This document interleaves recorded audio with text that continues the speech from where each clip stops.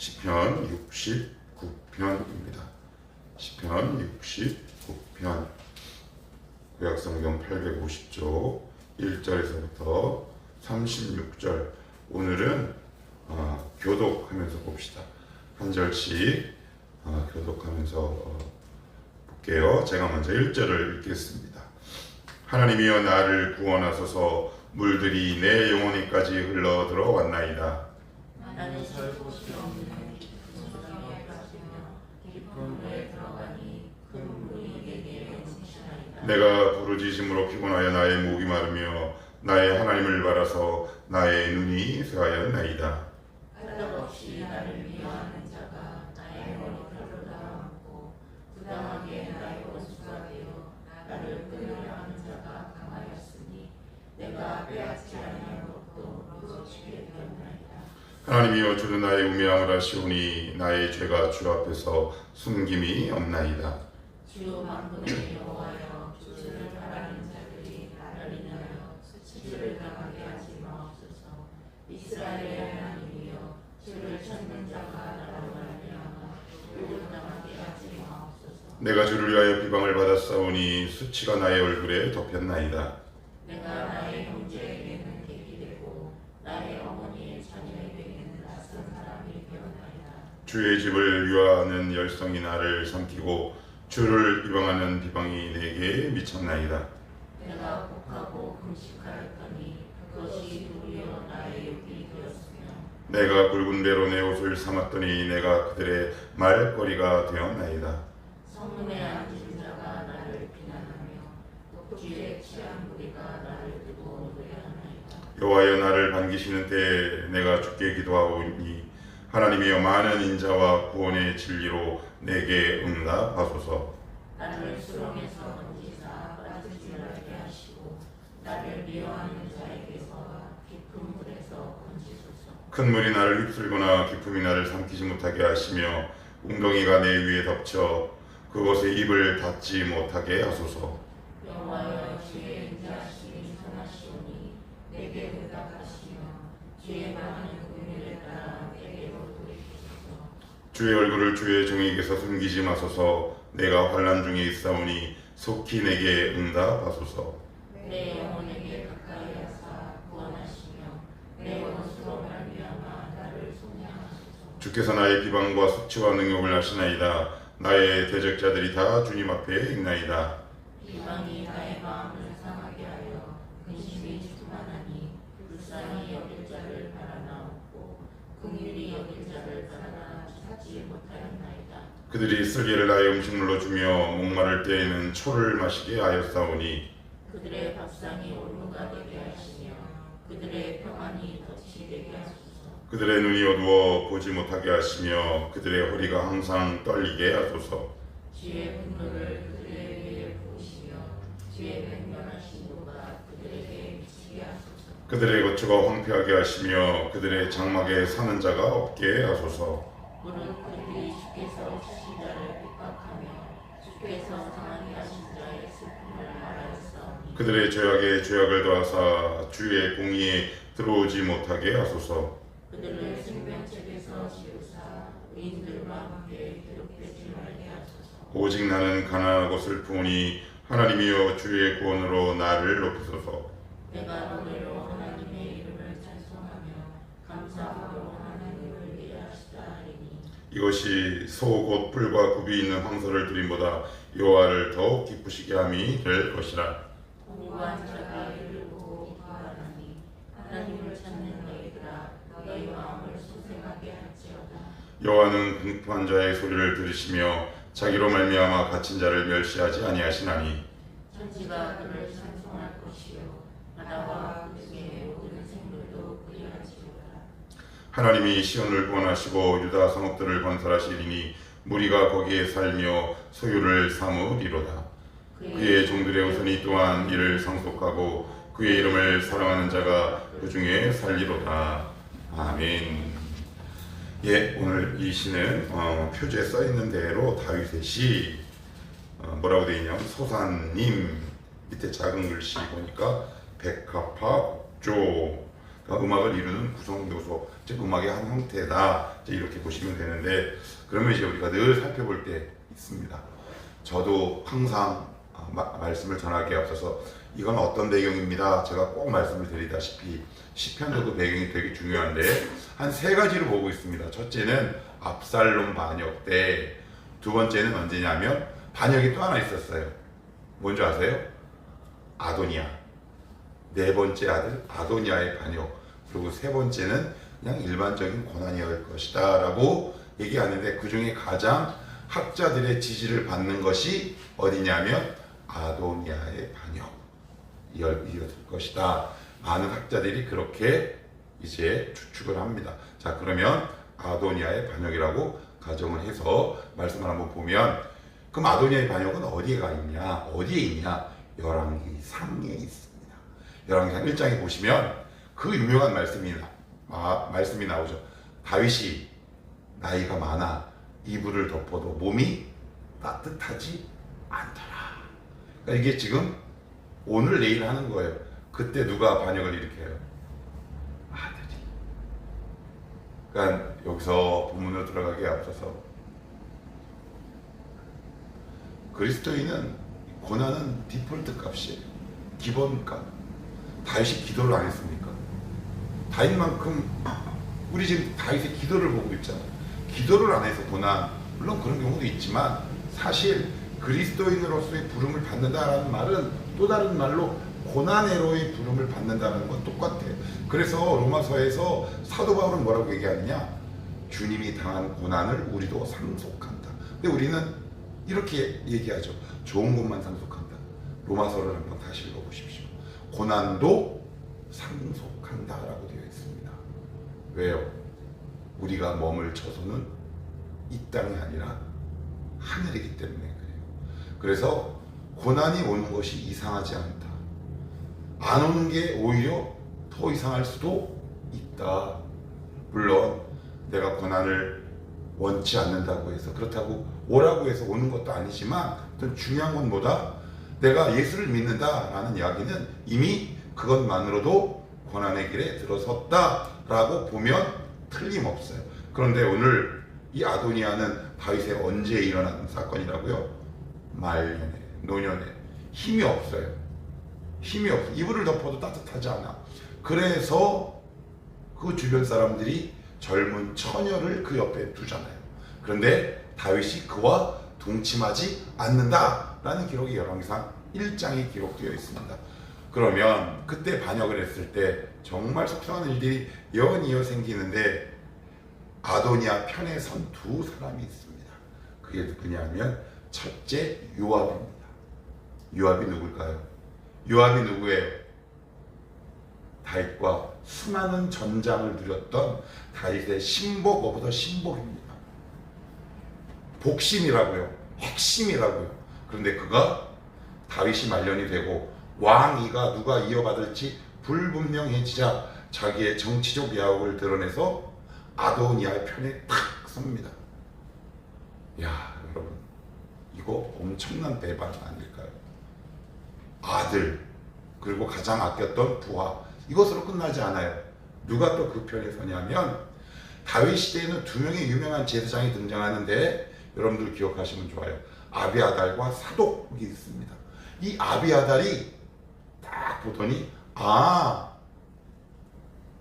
편에 섭니다. 그럼 여기서 우리가 조금 더 가봅시다.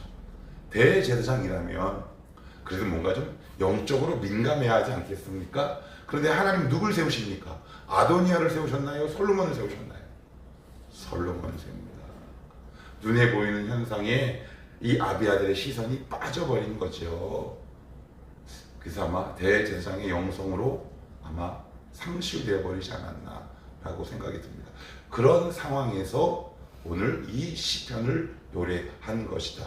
그래서 이 시편이 왜 유명하냐면 메시아의 순환시로도 알려져 있고, 심지어 주님이 친히 복음서에서 요 구절을 똑같이 인용합니다.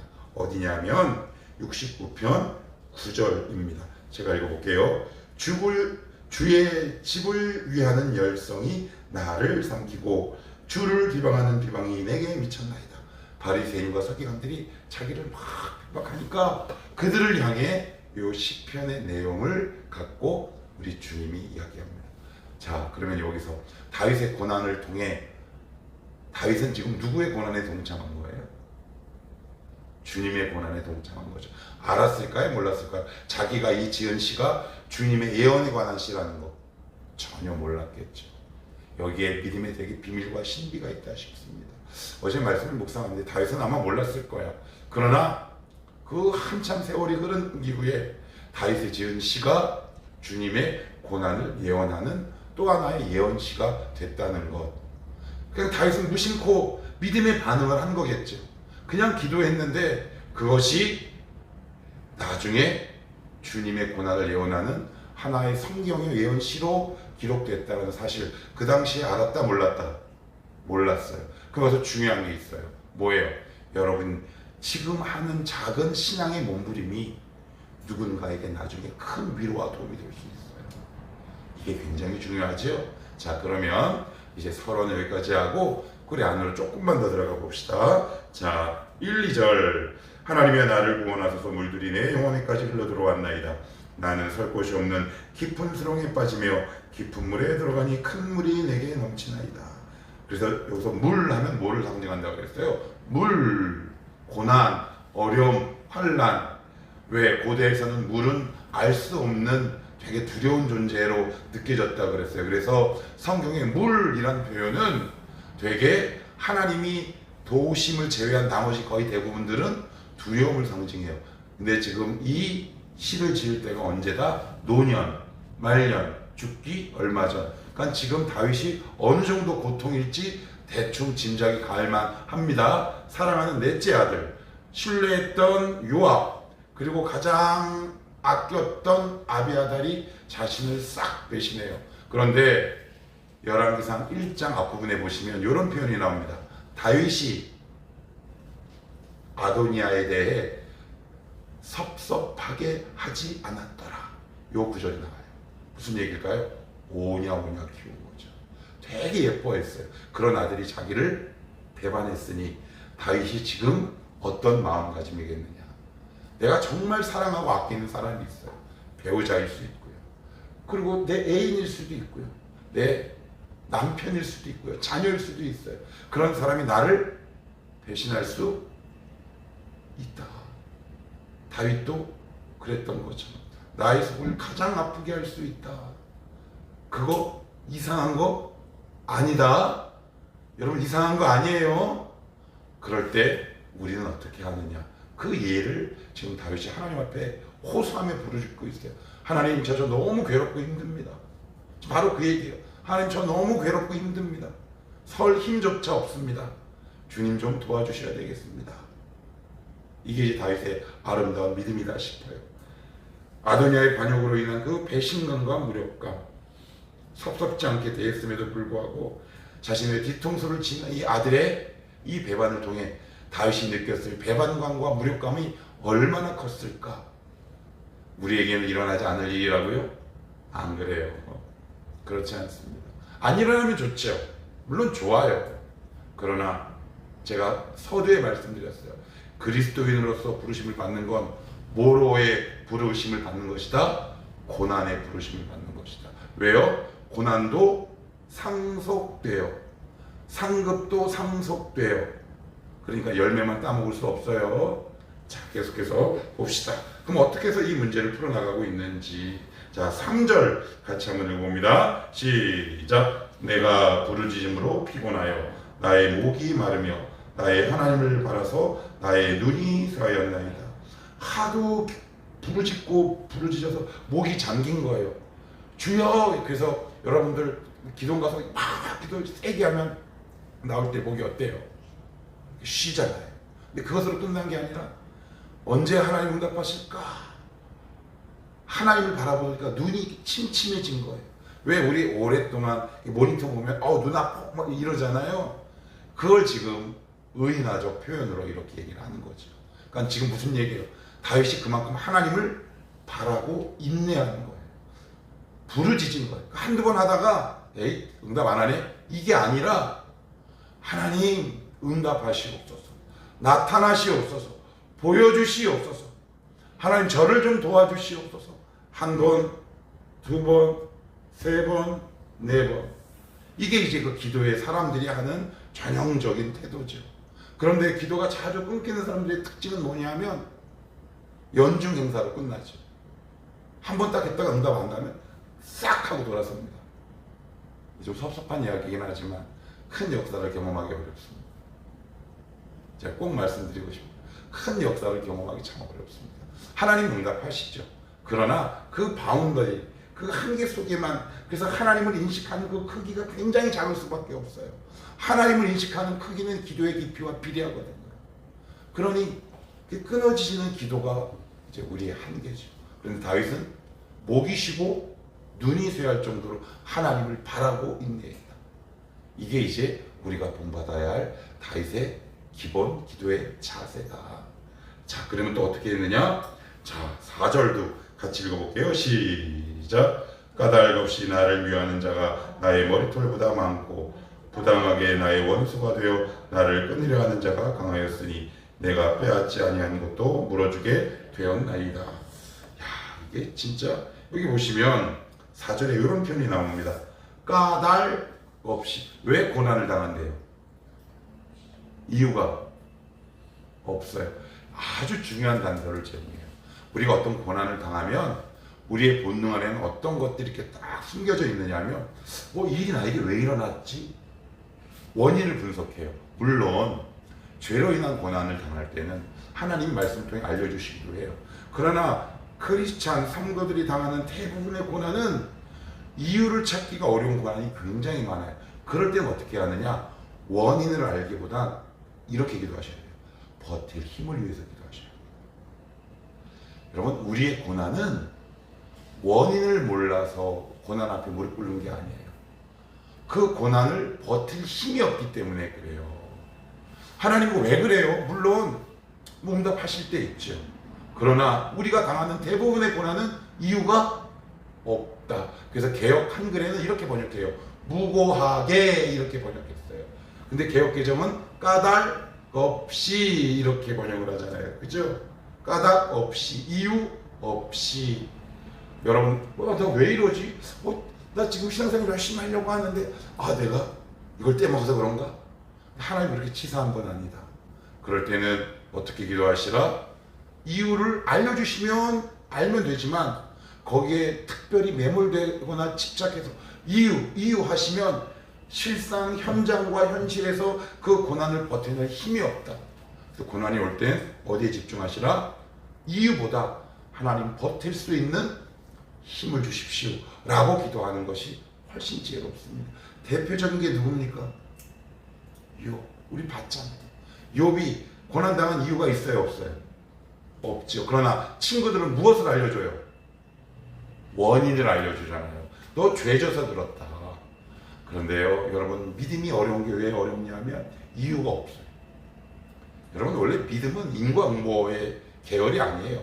우리 욥을 통해서 살펴봤단 말이에요. 그러나 이 세대와 이 시대를 흐르는 통치 원리가 뭐냐면 인과응보라는 말이죠. 그러나 하나님은 그 위에 계세요. 그래서 욥이 고난을 통해 뭘 알게 됐냐면 인과응보를 뛰어넘는 하나님의 놀라운 통치와 섭리를 알게 되는 거예요. 다시 본문으로 돌아오면 우리 요건 꼭 기억하고 갑시다. 고난이 올 때 디폴트 값이다. 기본 값이다. 그리고 이유와 원인을 알기 전에 버틸 수 있는 힘을 위해서 기도하시다. 그것이 고난을 지혜롭게 넘기는 고난에 대한 성도의 자세다. 시간이 갔지만 하나만 더 보고 마칩시다. 자, 우리 어디를 보시냐면 13절 한번 13절만 볼게요. 시작. 여호와여 나를 반기시는 때 내가 주께 기도하오니 하나님이여 많은 인자와 구원의 진리로 내게 응답하소서. 여기 보시면 이렇게 나옵니다. 여호와여 나를 반기시는 때 좀 이상해요. 그러면 안 반기시는 때도 있다는 얘기야? 그렇게 이해가 되잖아요. 그죠? 반기시는 때가 있으면 별로 안 좋아하실 때도 있다는 얘기네. 그 뜻이 아니라 이게 이제 외국어를 우리말로 번역하다 보니까 여러 가지 언어 체계에 관한 약간의 착오가 있는데 이게 히브리어로 보면 이런 거예요. 하나님이 내 기도를 반기십니다 라는 뜻이에요. 그러니까 이게 무슨 얘기예요? 하나님이 내 기도를 기뻐한다.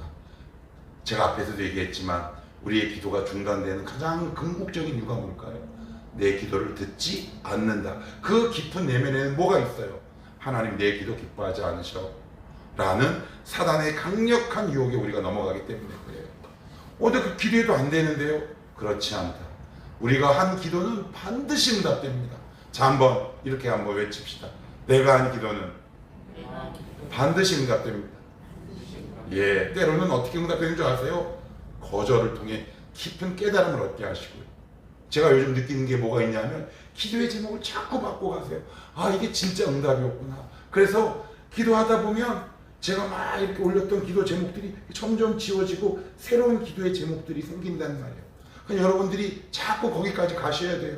그래서 내 기도 제목을 막 써놓고 안 되네 흥 하고 그냥 지워버리고 떠나지 마시고 이렇게 했는데 왜 응답이 안 되지? 그러면 하나님이 알려주세요. 너 이거 이렇게 기도해야 되지 않겠니? 저건 저렇게 기도해야지 않겠니? 그래서 우리의 신앙이 더욱더 풍성해져요. 자, 오늘 다윗은 하나님을 바라면서 목이 쉬고 눈이 새했다고 그랬어요. 거절처럼 모시고 무응답처럼 보이지만 다윗의 기도의 그 기저 깊은 곳에는 뭐가 깔려있다? 하나님 내 기도를 반기신다. 기뻐하신다. 그 힘이 다윗을 계속 기도하게 할 수 있는 힘이 되었다. 오늘도 여러분들이 이 힘을 얻고 돌아가셔서 지금 비록 당장 내 뜻대로 기도 응답이 펼쳐지지 않는데도 불구하고 하나님이 오늘도 우리의 기도를 여전히 눈여겨보고 계시고 기뻐하시고 받으신다. 어떤 성경을 찾아보니까 여기 반기시다라는 표현을 이렇게 번역했어요. 연락하신다. 받으신다. 우리 하나님 살아계십니다. 살아계신 하나님만큼 우리의 신음소리도 기억하신다. 그 하나님을 믿고 여러분들의 남은 여생이 평생 기도의 사람으로 살아내시기를 주님의 이름으로 축복합니다.